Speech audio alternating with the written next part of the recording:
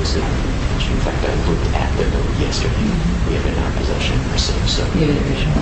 we have the original with lodged that note. So I verified Oh, you that. do? So that I don't believe is an issue, as well as the original mortgage documents. I physically looked at those. I object yesterday. because this is hearsay. Hang on just a minute. So we do have the right and authority to move forward under state foreclosure. Okay. And I would object to this because there's no bank representative present, so for the lawyer to be here, it's just simply hearsay. Also, that needs to be in the court record, and we would need to have a forensic audit to find out if this paperwork is actually the real true paper, as stated. Also, there's three things going on. That the reason I had a motion to dismiss the counterclaim is because, one, you yourself had put them in default for not showing up to the original hearing. Two, they failed to request the hearing, a motion to vacate the default judgment.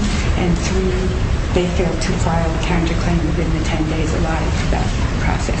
Then, when they did file the counterclaim, I started to prepare paperwork in response, and then you dismissed the case for two reasons. One being that I neglected to present the money that was requested, and two was the other reason that you had...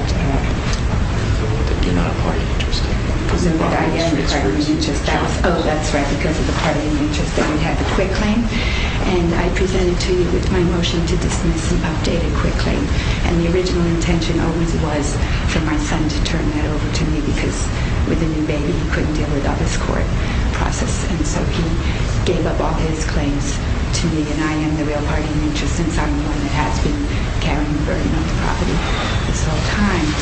So, and then, anyway, so as I started to respond to the counterclaim, then I received your dismissal of the whole case based on those two things. So then after that, after they were dismissed, they came back afterwards with a counterclaim, and then you dismissed it, and then I asked for a dismissal of the counterclaim based on the fact of the default, the three items that I just gave you. Plus, then I had made up the quick claim and corrected that mistake that I had made. And second, I put up the bond, and for my bond would be to put into escrow the wet ink original mortgage and note together into escrow, and that would be my bond, which would be more valuable than the money that the court had requested. So that's what I would like to present. So I created the two... I'm not following with you. Why do you think so you want them to put the original documents in escrow with the court? Absolutely, because it needs to be verified. And for him to stand here and say... How is that a bond for you? Pardon me? How is that a bond? How does that secure anything from it? Because there's two parties that are in dispute, and there are two objects. There's the real property, and then there's the note and the mortgage and all derivatives therefrom.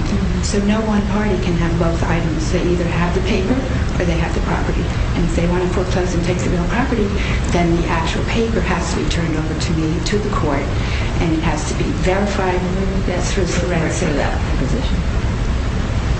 I have case law, which is in here. There's a case, which I will give to you. And this will be my motion for reconsideration of injunction. All right, let's do this. Okay. All we're on for today is a status. So I have pending your motion to dismiss the counterclaim. Yeah, I dismissed your claim on February 15th. And you dismissed their claim through default on December 8th. All right. So, I'm talking about yours. And so now all that's left is the counterclaim. Counterclaim, and then I'm motioning to dismiss the counterclaim. Okay. All right. Sounds good. So let me do this. I will take a look at that. You have not responded to the motion to dismiss the counterclaim. When is that filed? As you know, It's dated the 11th. I don't know. Yeah, March 7th. So I don't know off the top of my head. Let me see if yeah, I can't read it. It's to the extent that a response is required, but file a response. Yeah, file a response. Okay, file a response, and then we will go from there. And then can I put a motion in now then? What would you like to A motion? reconsideration of the injunction, since I have repaired the two mistakes that I had made. Now I would like to go back with a non-pro-tunc request for the court to order to go back to the original injunction. All right, then just a couple of quick things. As a former licensed title insurance producer in New Hampshire, I paid a visit to Merrimack Mortgage the other day because certainly some of the lawyers associated with the case, including Sean Masterson, don't want to talk to me, and they don't want to talk to me because they've got fake documents in the record. Like, that's a fake assignment. So how can he possibly have a real wet ink note? I mean, we're all waiting to see it. Ms. Ingress is, totally beside herself, and can you blame her?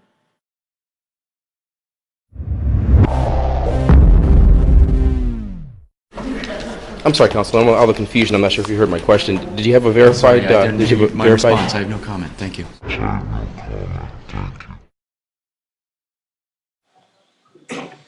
We're on location here in Nashua, New Hampshire, with Jeannie Ingress and Sean Masterson, the counsel for Scheckman, Halpern, and Savage, indicated during the court hearing that. Well, tell us what he indicated during the court hearing regarding the wet ink note.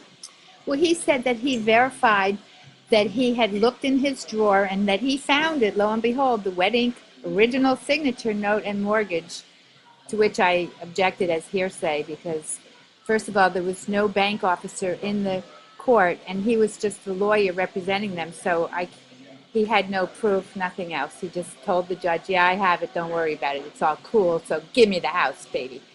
That's basically what he says. And then not only is the problem that even if he did happen to have the wet ink note in his drawer, which he shouldn't have there, but even if he had it there, it does not go to the point of whether or not there's a verified chain of custody of that note. Hello, Counsel. Chris King, kingcast.net. How are you? Thank you. Okay. Can you tell us what just happened here? Basically, you're scheduling out the balance of the proceedings in the case? I have no comment. Thank you. Okay. Just one quick question, though. Do you have a verified chain of custody for the wet ink note or the mortgage? Sir? Do you have any questions? There's nothing for me to sign because I have no attorney, is that correct? You can sign it for yourself. You'd be representing yourself. So not as attorney. So you can put your name. Just put it.